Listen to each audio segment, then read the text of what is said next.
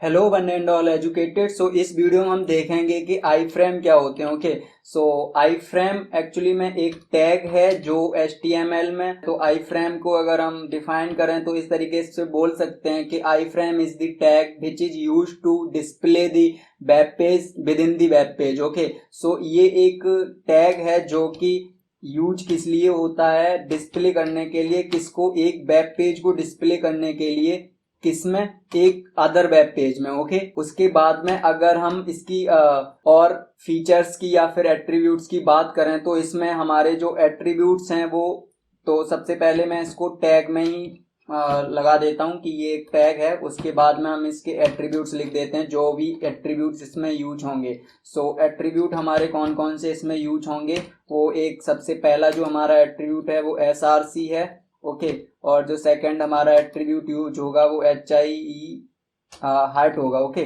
सो उसके बाद में जो थर्ड हमारा है वो विड्थ हम इसमें यूज कर सकते हैं, क्योंकि सेट करनी है हमें इसकी हाइट विड्थ, इसलिए हाइट विड्थ। ओके, अभी हम आगे आगे देखेंगे कि इसमें और क्या क्या यूज होगा। तो सबसे पहले हम एक न्यू फाइल ले लेते हैं, वहां पे डायरेक्टली प्रैक्टिकल करके देखते हैं कि क्या क्या इसमें यूज होगा। सो हम डी में चलते हैं, और डी में चलने के बाद हमारा वही एक वेब डिजाइनिंग का फोल्डर मिलेगा हमें। तो वेब डिजाइन का फोल्डर मिल गया, और यहाँ पे हम आई फ्रेम के नाम से इसको सेव कर लेते हैं, iframe.html। इसके बाद में हम HTML को स्टार्ट करते हैं अपने, तो और इसमें हम डाल देते हैं आई फ्रेम। इसके बाद में हमें करना क्या है, तो आई फ्रेम हमने बताया एक टैग है, तो आई फ्रेम हम टैग लगाएंगे। ओके, आई फ्रेम टैग लगाने के बाद SRC इसने अपने आप ले लिया। सबलाइन आप यूज कर रहे हैं तो अपने आप ले लेगा। ओके, सो हम इसमें SRC में एक्चुअली में लगाते क्या है, SRC में हम सोर्स देंगे। SRC मतलब सोर्स, तो सोर्स मतलब कौन सा पेज हम डिस्प्ले करवाना चाहते हैं आई फ्रेम में, वही हम यहाँ पे देंगे। तो हमने कोई सा पेज मान लीजिए, उसी फोल्डर में हम चलते हैं। सबसे पहले यहाँ पे डी में हमारा जो वेब डिजाइन का ये है फोल्डर, यहाँ पे हमें एक कोई भी, मान लीजिए कोई भी पेज है, मान लीजिए यहाँ पे मैं फॉर्मेट कौन सा मैं ले लूँ, table3 ले लेता हूँ। ओके, सो ये table3.html जो पेज है ये कुछ इस तरीके से दिखता है, तो इसी पेज को हम उस पेज में डिस्प्ले करवाएंगे एज इट इज। ओके, सो इसको कैसे करते हैं, तो उसके लिए कुछ नहीं करना है, यहाँ पे उसका सोर्स दे देना है, यानी table.html पर इसमें जो है वो table4 वाला वो था। ओके, सो table4, इसके बाद में इसको रन करते हैं ब्राउज, तो आपने देखा यहाँ पे ये हो गया है।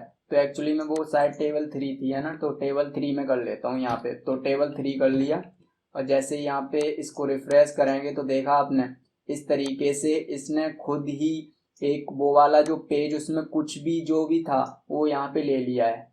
इस तरीके से तो ये यूज होता है। अब यहाँ पे सोर्स में हम सिर्फ एक ऑफलाइन पेज, यानी अपनी वेबसाइट का पेज ही नहीं, किसी भी साइट का पेज लगा सकते हैं। जैसे कि मैंने एक कोई और साइट ले ली, जैसे youtube.com ले लिया, तो youtube.com का सोर्स लेने के लिए हमें सबसे पहले YouTube पे जाना पड़ेगा, और यहाँ से हमें इसका सोर्स कॉपी कर लिया और यहाँ पे रख दिया, ताकि आपका टाइम बच जाए, बार बार HTTPS लिखता। ओके, सो यहाँ पे फिर से मैंने इसको रिफ्रेश करेंगे तो आप देखेंगे एक जो दूसरा फ्रेम बन जाएगा जिसमें YouTube आएगा। तो अभी ये कनेक्ट नहीं हो पा रहा है, इसलिए कुछ इसमें प्रॉब्लम आ रही है। बाकी हम आगे देखेंगे कि किस तरीके से इसको, 1 मिनट।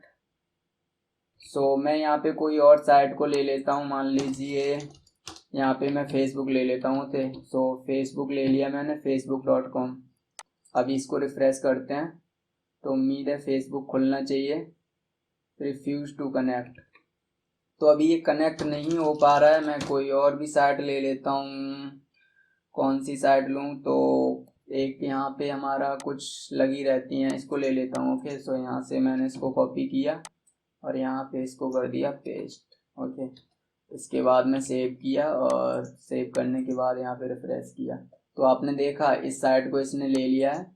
तो ये साइट कुछ इस तरीके से, जो हमारी ये साइट है वो यहाँ पे मैं दिखाता हूँ आपको। ये साइट थी जो कि ये हमारा पेज था, और वो हमने यहाँ पे डिस्प्ले करवा दिया है, और जो हमारा दूसरा पेज था वो हमने यहाँ पे डिस्प्ले करवाया है। तो इस तरीके से ये आई फ्रेम काम करता है। अब इसमें हम क्या कर सकते हैं, हाइट विड्थ लगा सकते हैं। ओके, सो मैंने हाइट दे दी इसकी, मान लीजिए इसकी मैंने height they the 40 px। So by default अगर 400 डाल रहे हैं तो इसका मतलब ये है 400 px है। ओके, सो WIDT विड्थ अगर हम देंगे तो विड्थ में मान लीजिए हमने इसकी विड्थ दे दी 300 पिक्सल। ओके, और सेम ही मैं यही हाइट विड्थ नीचे वाले में लगा देता हूँ, Ctrl+C और Ctrl+V Ctrl+S, और यहाँ पे आप जाएंगे और इसको रिफ्रेश करेंगे तो देखा आपने ये हमारी, तो इसकी मैं थोड़ी विड्थ और बढ़ा देता हूँ। ओके, सो मैं विड्थ यहाँ पे 600 कर देता हूँ, 600 एंड यहाँ पे 600,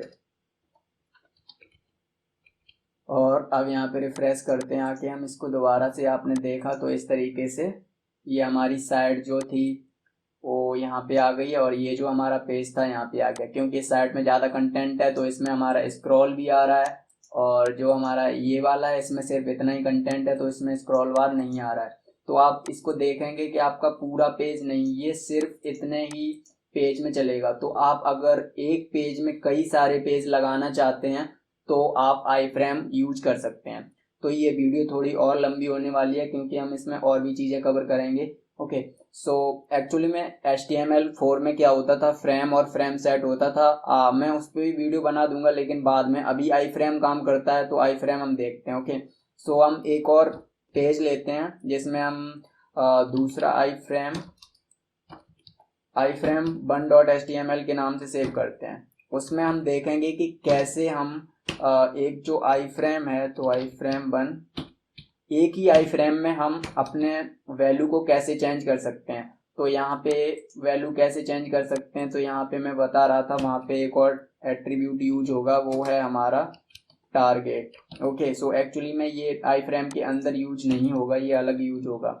तो इसको कैसे करते हैं अभी हम देखते हैं। तो यहाँ पे मैंने क्या किया, आई फ्रेम ले लिया, एक आई फ्रेम ले लिया, और यहाँ पे वही वाली हमने साइड डाल ली, मान लीजिए ये वाली। सो इस साइड को मैंने उठा के यहाँ पे रख दिया। ओके, और इसकी हाइट विड्थ भी वही ले ली सेम। तो यहाँ से मैं कॉपी पेस्ट कर लेता हूँ इसको, हाइट विड्थ को। ओके, सो हाइट विड्थ इसकी मैं थोड़ी हाइट बढ़ा देता हूँ, और विड्थ भी इसकी थोड़ी बढ़ा देता हूँ। ओके, इसके बाद में मैं क्या करना है, इसको मैं जस्ट सेव करके पहले इसको रन करता हूँ, फिर आपको बताता हूँ क्या करना है। तो ओपन ब्राउज़र किया तो ये साइट खुल जाएगी आपकी इस तरीके से।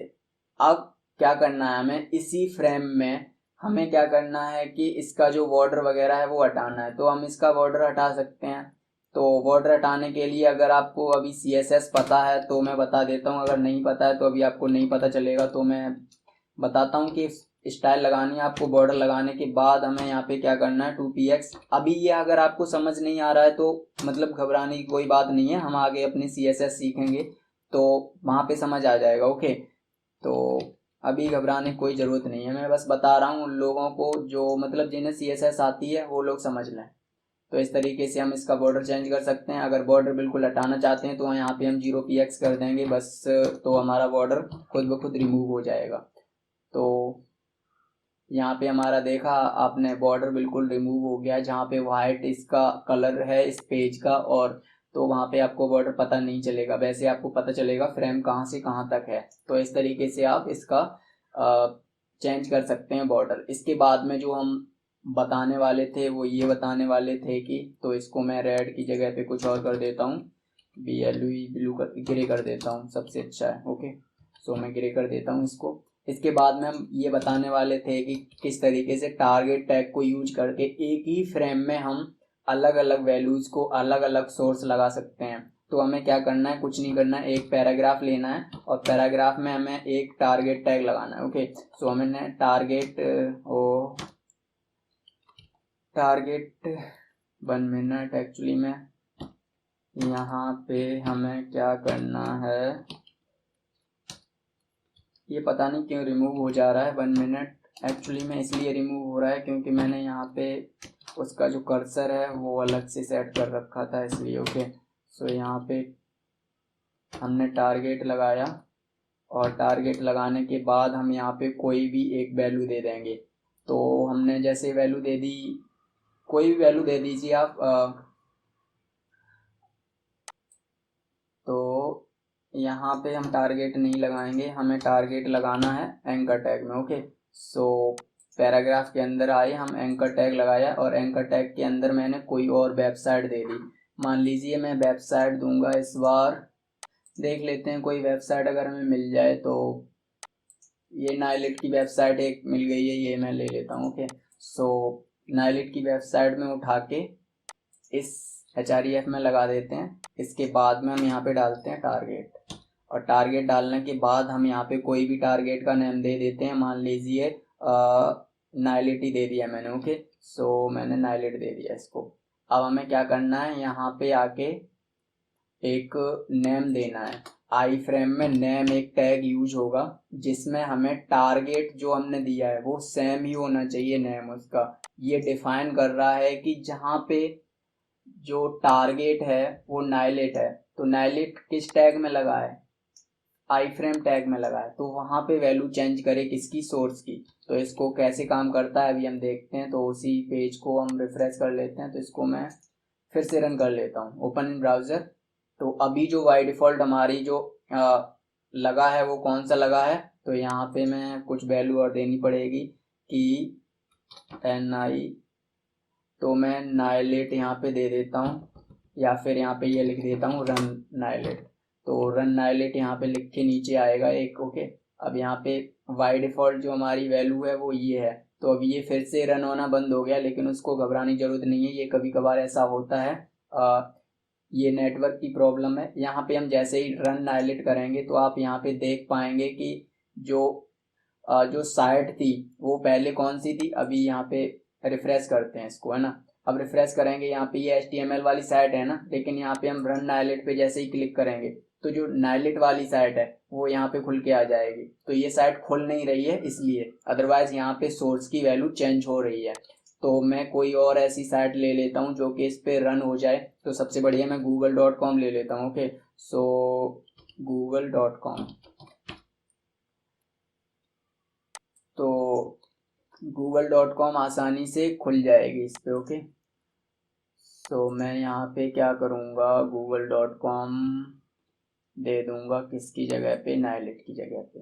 ओके, सो यहाँ पे मैंने google.com दे दिया है। अब इसके बाद हम इसको रिफ्रेश करेंगे। ओके, सो इसको मैंने रिफ्रेश किया और पहले हमारी HTML कलर कोड वाली साइट थी। अब यहाँ पे रन नाइलेट की जगह पे हम लिख देंगे रन गूगल। ओके, क्योंकि हमने गूगल की साइट ली है तो रन गूगल आ गया। अभी हमारी साइट कौन सी बाई डिफॉल्ट खुली है, कलर कोड वाली, लेकिन हम जैसे ही रन गूगल करेंगे तो हमें रन गूगल वाली आ जाएगी। तो ये भी कनेक्ट नहीं हो रहा है, पता नहीं क्यों। मतलब ये कभी कभार इसलिए होता है कि कोई साइट आई फ्रेम में काम नहीं करती है। तो इसके बाद अगर आप इस ये नहीं हो रहा है तो हम अपनी खुद का ही जो पेज है ना ऑफलाइन, उसको लगा लेते हैं। तो सबसे बढ़िया यहाँ पे हम वही लगा लेंगे, टेबल 2 लगा लेते हैं .html, क्योंकि हमारा एक पेज बना है टेबल 2 के नाम से जो कि इस फोल्डर में पड़ा है। तो यहाँ पे मैंने क्लिक किया और रिफ्रेश किया। इसके बाद में रन गूगल करेंगे तो यहाँ पे हमारा जो पेज है वो आ जाएगा। तो उम्मीद है आपको कुछ नहीं करना है, बस यहाँ पे अलग अलग डिफरेंट डिफरेंट कंट्रोल सी, इस पे आप और कोई भी लगा सकते हैं। तो बहुत सारे, जैसे यहाँ पे मैंने क्या किया, ये हमारा टेबल 2 था तो मैंने यहाँ पे वैल्यू दी टेबल 2। ओके, सो इस पे जब हम क्लिक करेंगे तो हमारी टेबल 2 आ जाएगी। ओके, यहाँ पे हम क्या करेंगे, टेबल 3 दे देंगे। ओके, सो हमारा टेबल 3 नाम का भी एक पेज बना हुआ है और यहाँ पे भी हम टेबल 3 कर देंगे। इसके बाद में हमें क्या करना है, टेबल 4 भी है एक हमारे पास, तो टेबल 4 दे देंगे। ओके, सो यहाँ पे मैंने कंट्रोल C किया और इसको किया कंट्रोल V। तो यहाँ पे मैंने इसको टेबल 4 दे दिया। इसके बाद में कोई और पेज है हमारे पास, देख लेते हैं। मान लीजिए तो एक हमारे पास है अनऑर्डर। ओके, सो अनऑर्डर ले लेते हैं हम यहाँ पे।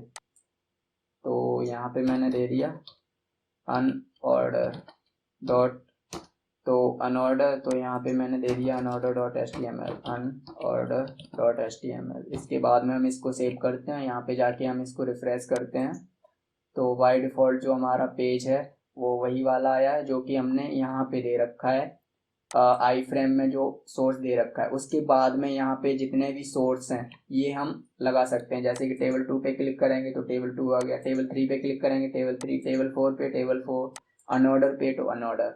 तो इस तरीके से एक ही फ्रेम में हम कई सारे जो पेज हैं वो रन करवा सकते हैं। यानी इससे हम एक अच्छा खासा स्लाइडर भी बना सकते हैं। इससे हम कोई भी, जैसे यूट्यूब पे काम होता है ना, वो यूट्यूब आई फ्रेम पे ही काम करता है। एक्चुअली में पहले फ्रेम सेट था, तो फ्रेम सेट से ही यूट्यूब बना है। तो अगर आप आगे आगे थोड़ा पढ़ेंगे तो आपको समझ आएगा कि कैसे काम करता है। तो आपने कभी देखा होगा कि अगर जैसे ऑडियो वीडियो टैग अभी हम आगे पढ़ेंगे तो उसमें समझ आएगा आपको कि कैसे ऑडियो वीडियो या फिर एम्बेडेड टैग यूज होते हैं। तो इस वीडियो में सिर्फ हमने ये देखा कि आई फ्रेम कैसे यूज कर सकते हैं हम, और एक ही पेज में कैसे डिफरेंट पेज, यहाँ पे हमने देखा था कि एक ही पेज में कैसे डिफरेंट मतलब कि बहुत सारे पेज को हम रन करवा सकते हैं। और उसके बाद में हमने ये देखा कि कैसे हम एक ही आई फ्रेम सेट में, मतलब आई फ्रेम में एक ही में कैसे हम डिफरेंट पेज को मतलब चेंज कर सकते हैं इस तरीके से। वैसे तो हम इसको कर सकते हैं अगर हम किसी अदर टैग में यूज करेंगे तो उसमें हमें जावास्क्रिप्ट लगानी पड़ेगी, लेकिन यहाँ पे आई फ्रेम है जो विदाउट जावास्क्रिप्ट के टारगेट टैग के मदद से यहाँ पे सेट हो जा रहा है। ओके, सो चलिए मिलते हैं अगली वीडियो में। और वीडियो अच्छी लगी हो तो वीडियो को लाइक कीजिए और चैनल को सब्सक्राइब करना मत भूलिए। और सब्सक्राइब के साथ साथ बेल आइकन भी जरूर प्रेस कर देना ताकि आपको नोटिफिकेशन मिलती रहे। और अगर कोई भी डाउट है तो कमेंट में लिखिए, मैं ज़रूर आपका उसका आंसर दूंगा। ठीक है, मिलते हैं अगली वीडियो में, तब तक के लिए हैव अ गुड टाइम।